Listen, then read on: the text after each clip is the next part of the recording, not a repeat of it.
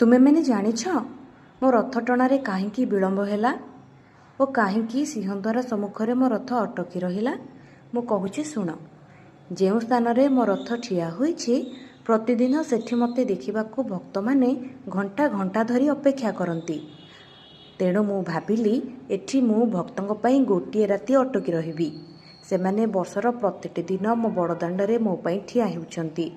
ମୁଁ କ'ଣ ସେମାନଙ୍କ ପାଇଁ ଗୋଟିଏ ରାତି ଏଠି ଅପେକ୍ଷା କରିପାରିବିନି? ମୋ ଯାତ୍ରାରେ ମୋତେ ଦେଖିବାକୁ ଆସି ଅନେକ ଭକ୍ତ ଦେଖିପାରି ନାହାନ୍ତି। ତେଣୁ ମୁଁ ଚାହୁଁଥିଲି ସମସ୍ତେ ମୋ ଶ୍ରୀମୁଖକୁ ଦର୍ଶନ କରନ୍ତୁ। ସେଥିପାଇଁ ମୋ ରଥକୁ ଆଗକୁ ଗଡ଼ିବାକୁ ଦେଲି ନାହିଁ। ସିଂହଦ୍ୱାର ସମ୍ମୁଖରେ ଅଟକି ଗଲି।